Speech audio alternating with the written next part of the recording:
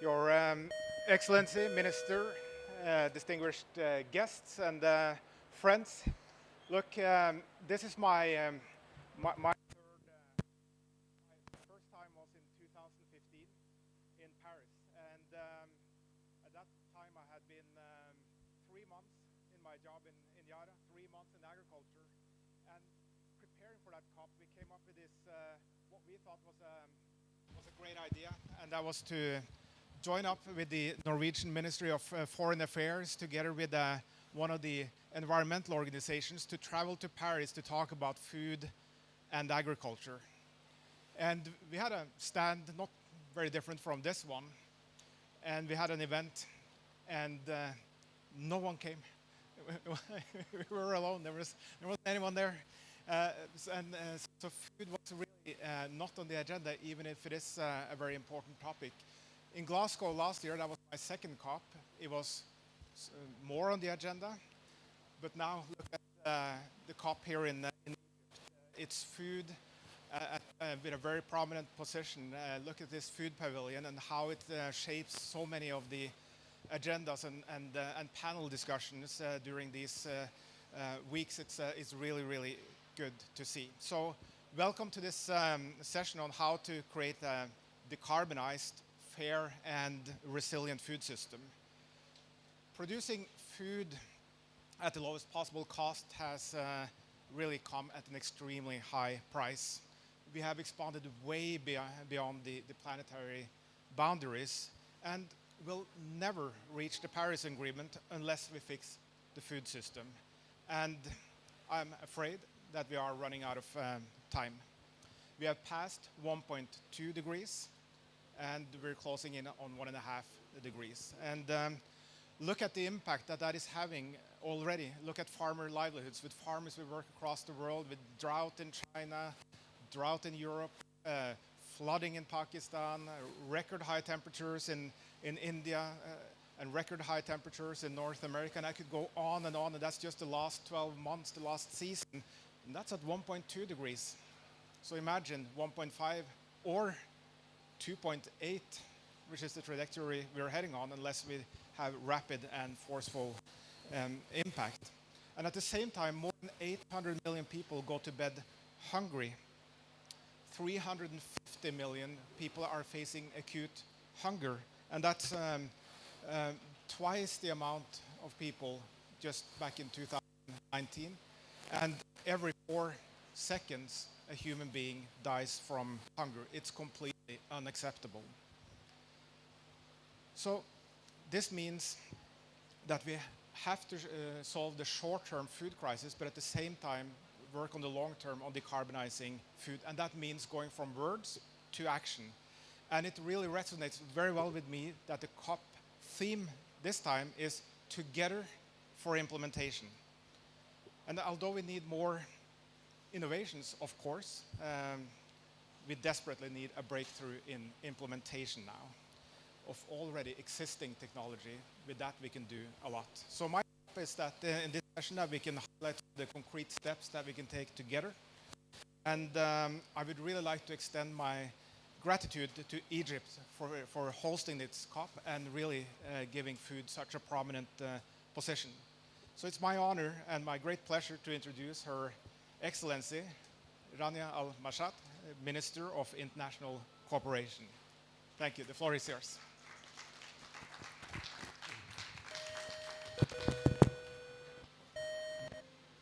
Well, good morning, and it's a pleasure to be here, opening Adaptation Day, very important. Thank you.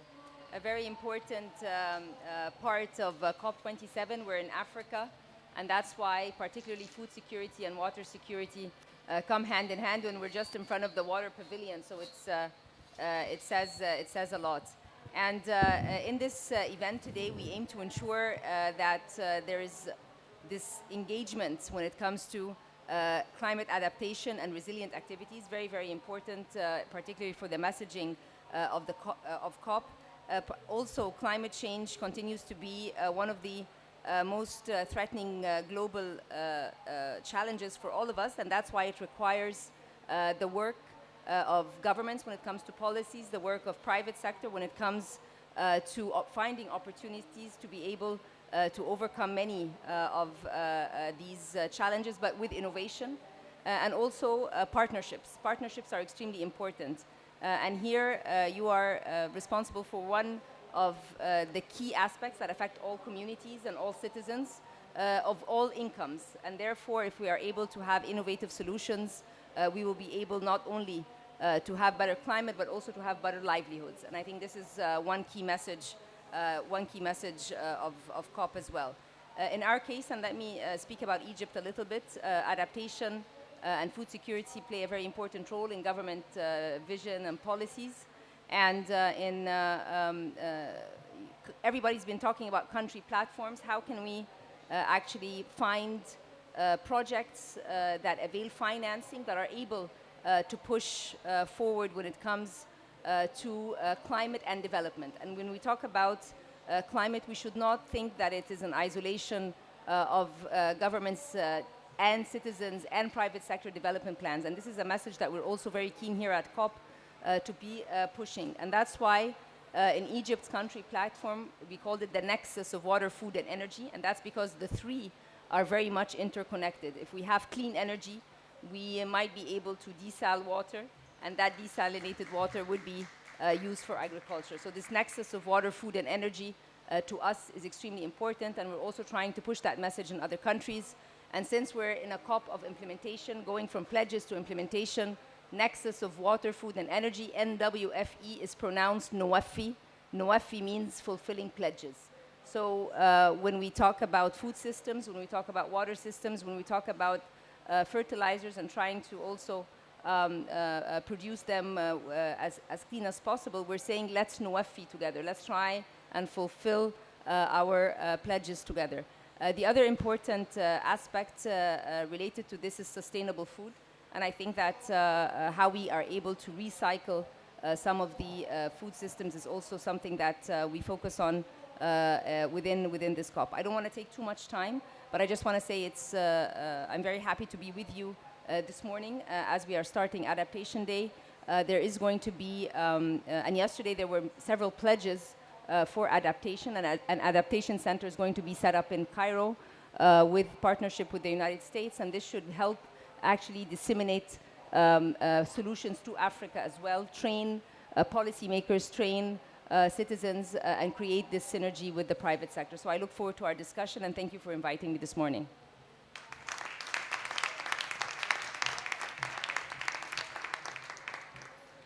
Thank you. Thank you, Your Excellency. So let's NWFI them, if I got that right. Let's NWFI them. The key words I heard there actually were the nexus and partnerships, and I hope that's going to come through on our panel discussion now. So ladies and gentlemen, distinguished guests, Honourable Minister, I'm Simon O'Connell. I'm the CEO of SNV and delighted to be a partner in running this Food Systems Pavilion this year. And I agree with you fully, Svein Tore. Absolutely. 2 years ago, there would have been very little attendance here. This has been the most heaving packed pavilion that we've had at COP this year. So it's great to be here. There are 4 objectives we have for this session now. One is to get a clear stock take of global food security. 2, to reinforce the urgency of negotiating those outcomes that we keep talking about for food systems. 3 is the highlighting of the crucial role of farmers in implementing solutions. And 4 is outline that all-important road ahead. Ladies and gentlemen, if you'll permit me, I just want to try in my own way to contextualize some of those numbers that we keep hearing about. And Svein Tore, you talked about upwards of 800 million people going to bed hungry every single year. I had the great privilege to learn of living in Ethiopia for 3 years until the end of 2010. I was back there last week. Since I left, there are an additional 30+ million people in the country of Ethiopia. I live in the Netherlands. That's an increase of more than 2-fold the population of the Netherlands in 12 years. Staggering numbers, and I think we need to think about that within the context of food security and food systems. Secondly, currently in Ethiopia, there are over 20 million people in need of food assistance. And if you go further down into the lowlands, into the Somali region, you'll see that there's been a fifth failing of the rains. So 5 cycles in a row go over the border into Somalia, and there are 500,000 people at risk of starvation. So the numbers are truly staggering. But ladies and gentlemen, there are also, as we know, opportunities. In Ethiopia last week, I saw the momentum around irrigated agriculture, including on the Shabelle River down in the Somali region. There's momentum around wheat cultivation. My organization, SMV, we're looking at some innovative financing opportunities around oats, which is surprisingly but comparatively new in Ethiopia. And don't say it too loudly, please, but we've actually just set up the first non-collateralized lending mechanism, and we're seeing defaults, ladies and gentlemen, of under 1% without collateral. So that's a little bit of contextualizing of some of those big numbers. I can go on, but I won't, because we have such a distinguished panel and we only have 40 minutes to go through. So sitting next to me, and thank you again for your opening remarks, Honorable Minister, Dr. Rani Al-Mashat is Egypt's Minister of International Cooperation and has been in the role since 2019. Sorry, my phone is unfortunately glitching. Next to the Honourable Minister, we have Tillerhun Ahmedi from Agra. Next to Tillerhun, we have Sven Tore Holsetter, the CEO of Yara. Further down, we have Alsbeta Klein, CEO of the International Fertilizer Association. And at the end there, Earthrin Cousin, formerly with WFP, from when I know you from my past, Earthrin, and currently the CEO of the Food Systems for the Future. So a fantastic panel here with us.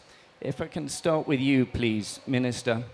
So what do we need to do? How do we really inject some urgency into the situation? What are the concrete actions that we can take now?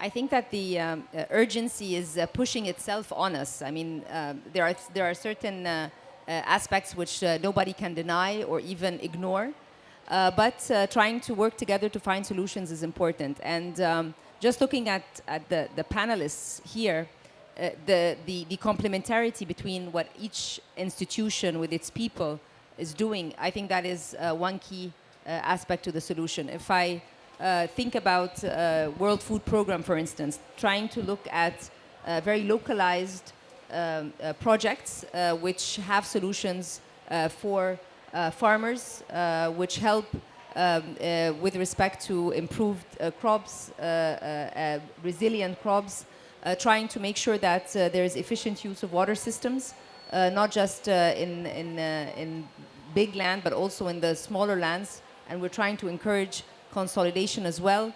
So there is an aspect of the solution which is at the government level, putting the regulations, the policies and the incentives, and try and make that trickle down all the way within the very local communities. So I think that each and every part of the ecosystem has an important role to play, and trying to explain more and highlight more successful examples in different countries is the only way that we can save time. Because if something is working well in one community, we have international partnerships that can help us replicate it in other places. So I think this is also very important. What we're trying to do here in COP is make adaptation a focus, and food systems, food security, and the link with water is paramount to that.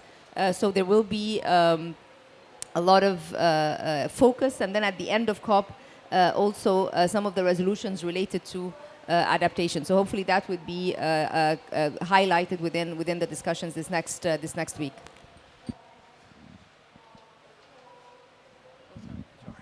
Thank you, Minister. Tillerhun, turning to you then. For many years, we've heard about Africa, or countries within Africa, really being the breadbasket of the world. But the import bill is still sadly getting bigger. In a new geopolitical situation, how do you see the role of Africa and African farmers evolving? Thank you very much. Good morning.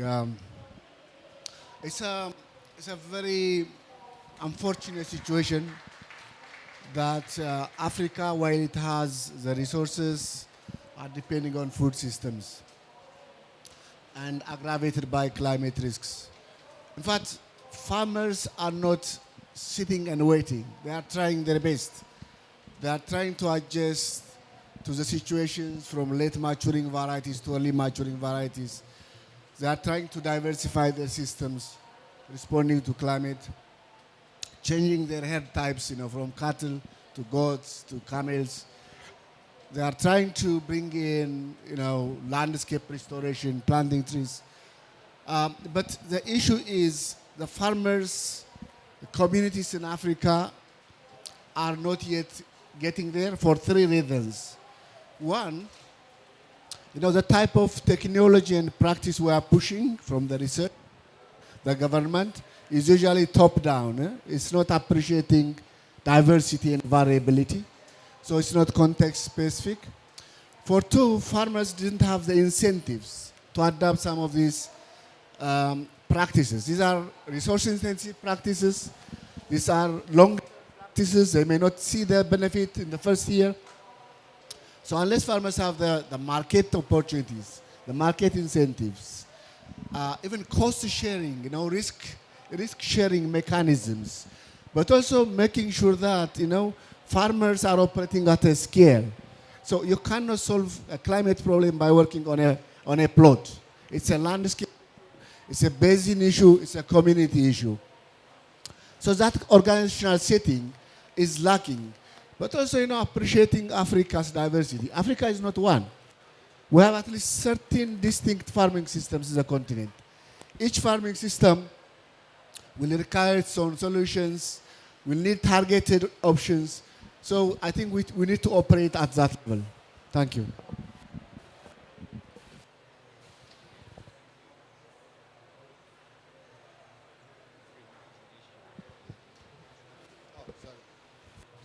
We're gonna do pass the mic up here. Thank you, Tilahan. Sven Tora, turning to you, I mean, you warned about a food crisis already, well before the war in Ukraine. Has it been as bad as you feared it would, and what are some of the solutions? Well, it's worse, much worse than what I thought when we turned on the alarms towards the end of summer last year, and that came after already a challenging situation for the food system, where we see how fragile the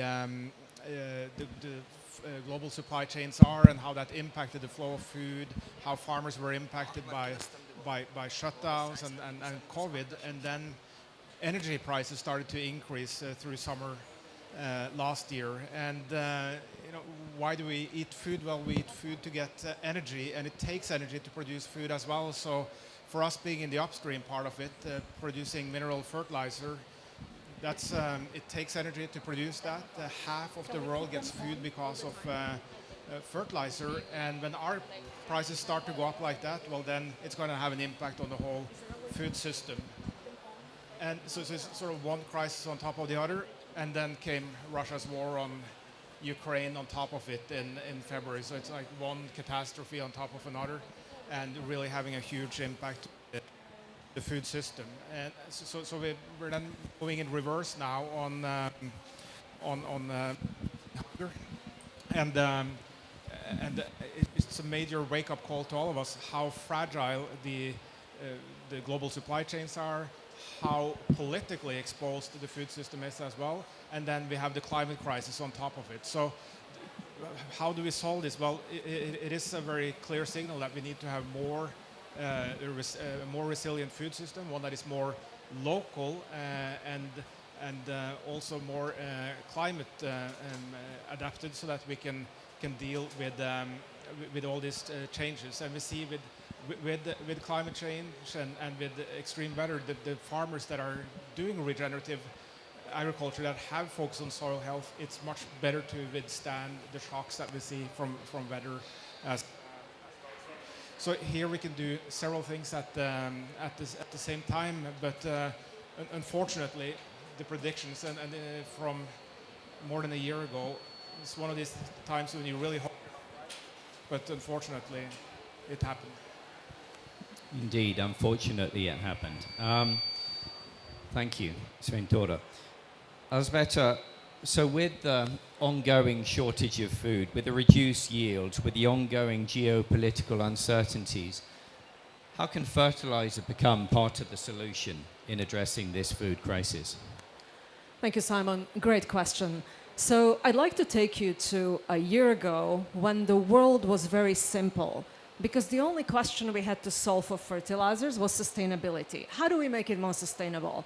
And come to this situation today, sitting here in November, and we've got 3 simultaneous issues that we need to solve in the industry, and that is availability, affordability to the farmer, and sustainability.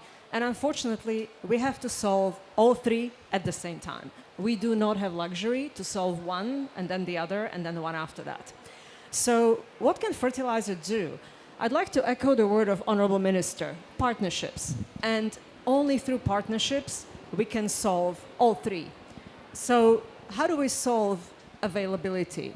We have to solve availability through partnerships between producers and distributors and banking institutions that finance it all and farmers. And there is no other way, and we have to do it through partnership. How do we solve affordability? We have to solve it through a collective action to make sure that the farmer can afford it. But as Minister mentioned, we've got a few binding constraints, and sitting here across from the water pavilion, what is very clear to all of us that fertilizer can be a solution provided we have sustainability, we have healthy soil, and without water, water is that binding constraints that doesn't allow us to move beyond. So what can fertilizers really be a solution? The answer is yes, but we need a lot of other pieces of the puzzle to be in place. We need to make sure that the farmers have access to funding, to knowledge, to best practices. We need to make sure that regulators know what fertilizers do. And as Svein Tore mentioned, they do feed half the population. Just think about the meal today. One of those meals or 1.5 of those meals that you will eat today, you are eating because we have mineral fertilizers. So the solution is not simple, but the solution within the ecosystem of partnerships is there. And that's what we have to strive for today. Thanks. Thank you. So availability, affordability, sustainability, and partnerships. Thank you. Erthrin, turning to you down the end. From your perspective, what are the barriers that we've got to remove here? What barriers need to be removed to help mitigate emissions, improve resilience for agriculture? What are the barriers? What's a question? As we sit here on Adaptation, Agriculture, and Food Day, in a COP where we fought for this day in COP26, because at the end of COP26, you had a 5,000-word declaration where food and agriculture were not included. And so one of the barriers is ensuring that we have the public will to support the work that is necessary for us to achieve a food system that can support our agricultural, our environmental needs, our health needs, and provide the financial return to farmers that is required. And that means that we need to scale up the things that are working. The reality is that there's a lot, and everybody here has talked about different programs, different partnerships, but they're all too small. They don't involve enough people. We have 500 million small family farmers around the globe. Our inability to ensure that the programs and projects are scaled into not programs and projects, but businesses and systems that work without intervention at scale is the challenge in front of us. I'll just end by saying, when the COVID epidemic happened, we created a vaccine. And many people said, I don't want a vaccine that they created in 8 months. The reality is that vaccine had been developed over decades. And what COVID gave to the science community was the public will and the financial capital to scale up their work and to produce the products that were necessary. So this work that we are doing here now is critical to ensuring when that catalytic action occurs, where the world begins to recognize that 1.5 means that the food system, which is the most vulnerable system to the climate crisis, that we must act, and they look to those of you in this room who are leaders to say, what do we do? Those partnerships, those plans, those programs, pull them out, scale them up, make them work, because the time is just a matter of time. And it's just a matter of, and so the question becomes, will we be ready? Thank you, Earthryn. And if I may, I'm just going to play with those words you just said, because as a reminder, ladies and gentlemen, we're not in a food pavilion here, yeah? We're in a food systems pavilion. And what I heard from you, Earthryn, there was the projectitis, or the projectization of development is holding us back. We need to defragment, yeah?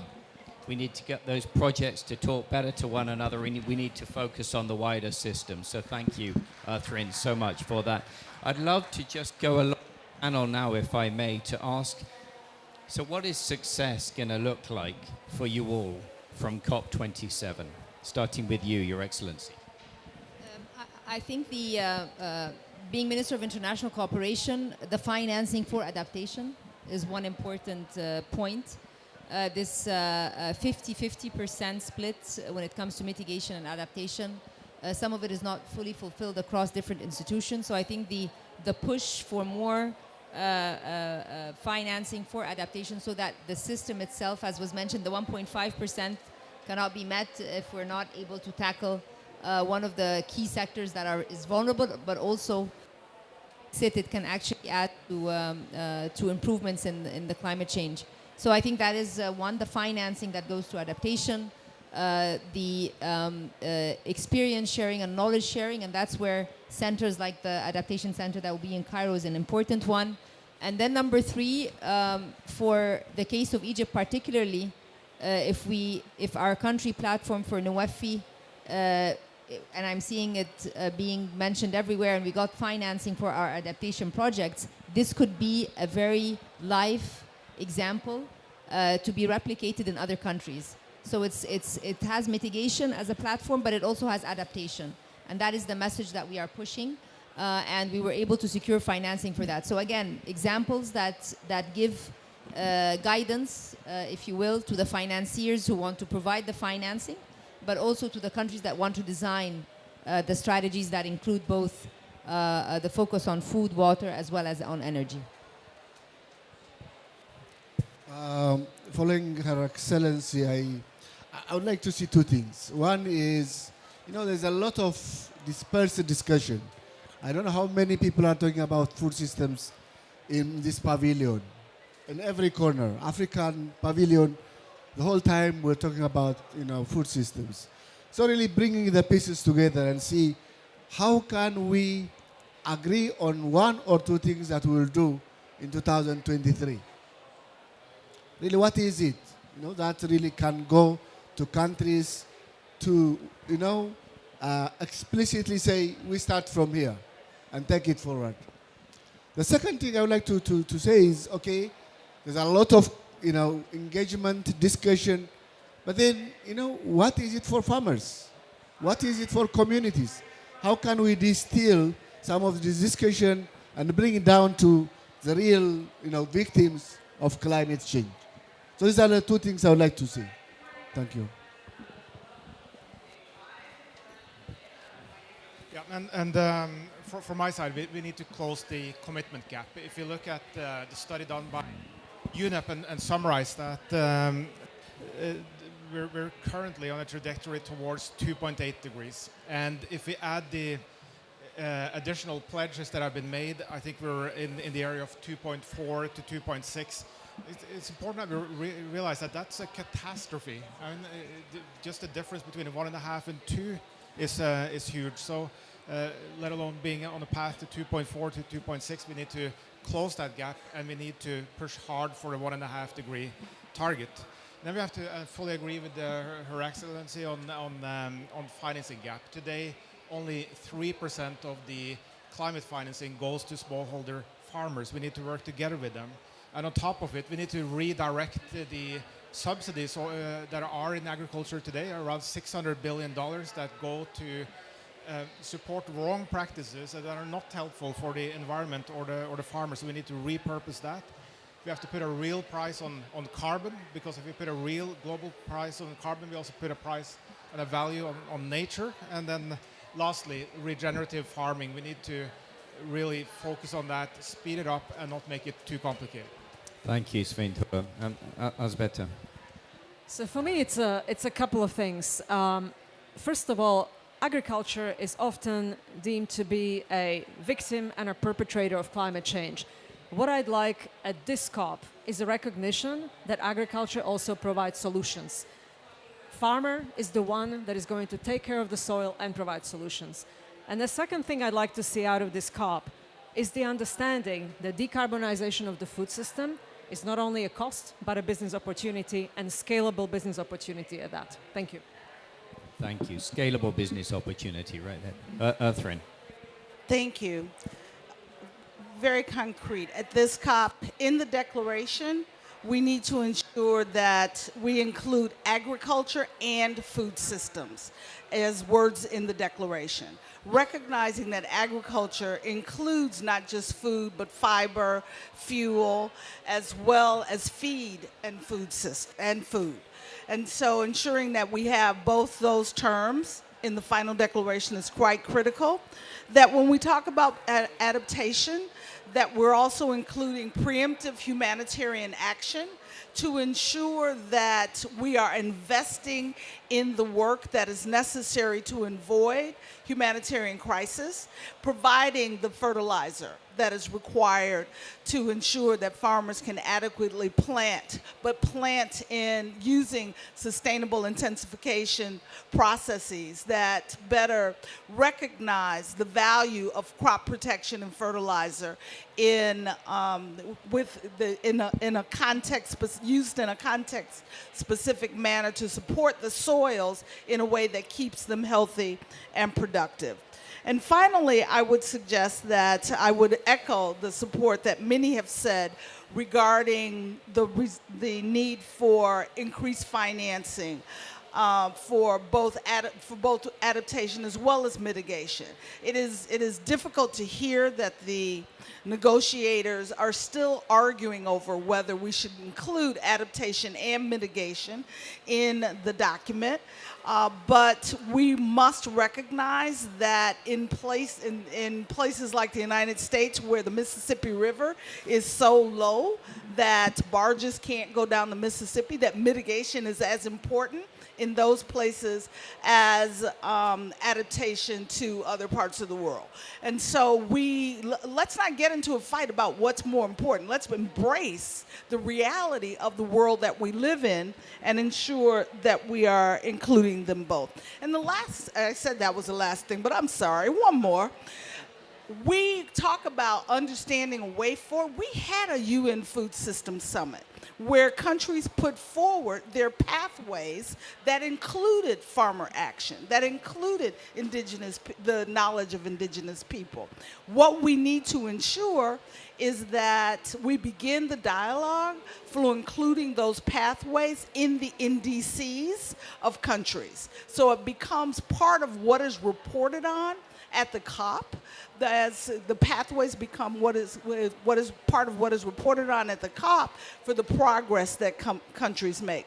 The reality is we probably won't get that in this COP, but we need to begin the conversation towards ensuring that that language is embedded in the declaration for COP28.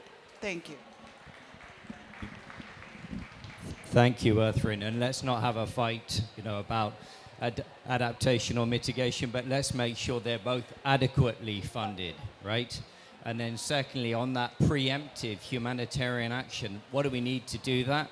We need data. We have a lot of data, right? But we also need information getting into the hands or the heads of the right people, and the right people in that context are those smallholder farmers. So we have the tools to do that, but they need that information themselves. Thank you so much. Ladies and gentlemen, we've got probably time for one, possibly two very, very brief questions. There's a lady at the back there, but please, just a question with a question mark at the end and not a big statement, if you don't mind.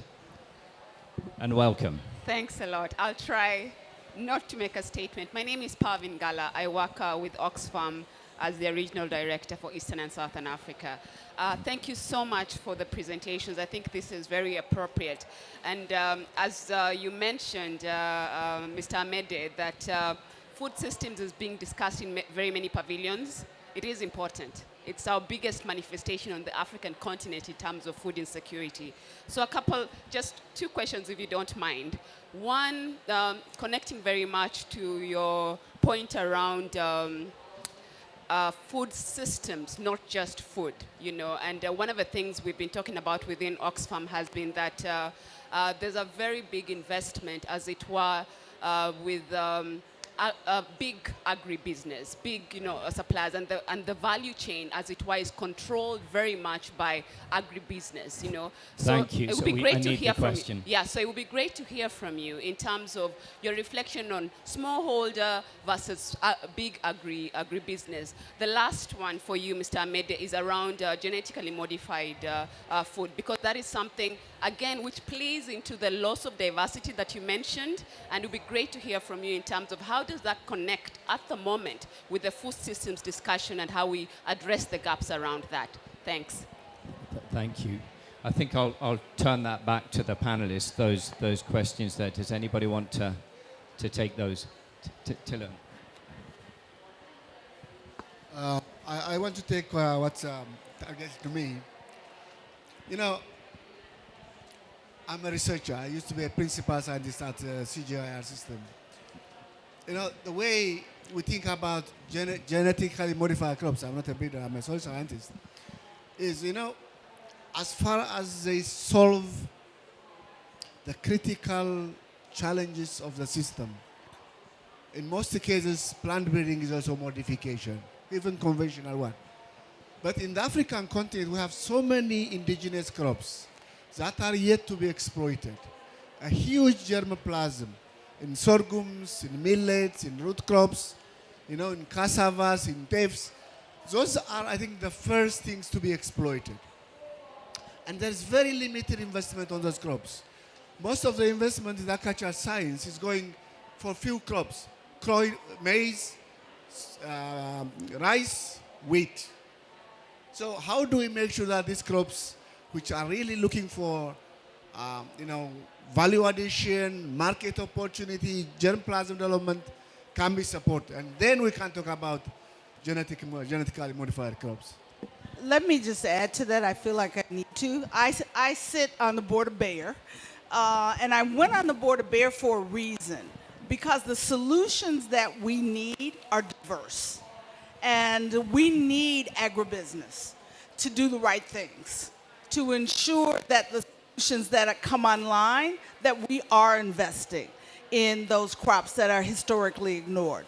We are providing the best seeds that are drought resistant, drought tolerant, that are wind resistant.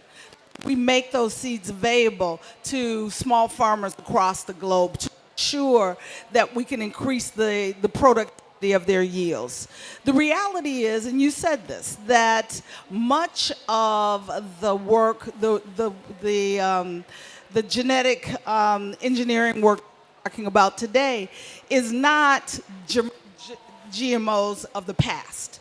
We're looking at CRISPR-generated seeds that provide us with the same science that we use using the same RNA intelligence that we use to develop the biological tools to support the virus. Though using that science now to support the technological advances of what I call high-tech breeding to support what is required for a productive for a productive food system in the future is quite critical. We cannot replace, however, small farmers, indigenous knowledge with large farmers and agribusiness. Thank you. We need them all. We need them all. Thank you, Thrin, so much. We're extremely tight on time, and Honourable Minister, I know you need to run, so I'm delighted now to welcome Marcel Bokenboom, who's Dutch permanent representative to the UN FAO in Rome, to give some concluding remarks. Marcel, welcome and thank you. Thank you, Simon. And one conclusion from this panel is that you need to be good in microphone juggling. Let me try this one. And just to make sure that I give you a little bit of a coherent conclusion to this panel. Let me just start right at the beginning, where it was said that this indeed was a fight of several years. I need to keep on juggling, don't I? So, is this good? This is good, good. That this is a fight of several years to actually get inside of the COP with food and agriculture and everything that we have been talking about today.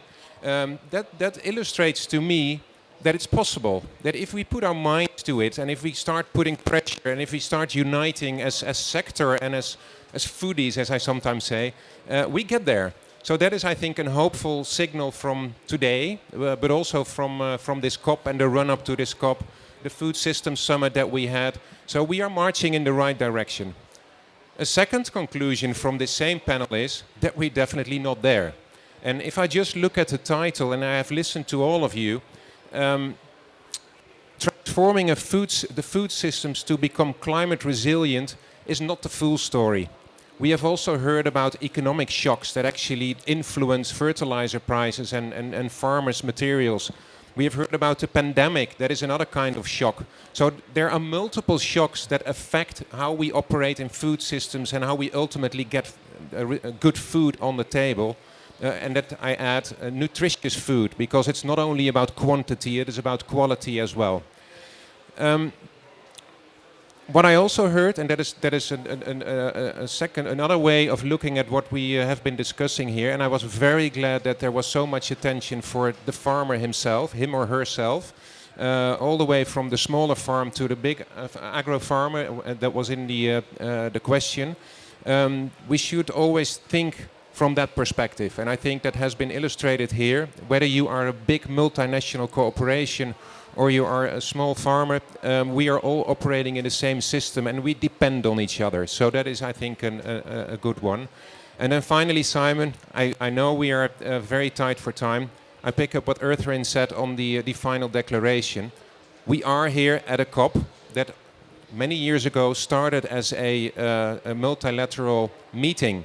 There was no media attention. It has grown into what it has become now. But at the heart of this COP, people are working on this declaration, on steps forward on paper, so we can actually get back to that. So, as you say in the United States, talk to your congressman. Here, talk to your delegate. Put pressure on them, because we do need words of that kind in the declaration. And I'm very happy that we have a representative here from the presidency. So I'm sure that we'll be there at the end of this week. Thank you. Thank you so much. So, call to action, talk to your delegates, focus on the collaboration, and don't lose sight of the wider systems. Thank you for a fabulous panel discussion. Round of applause.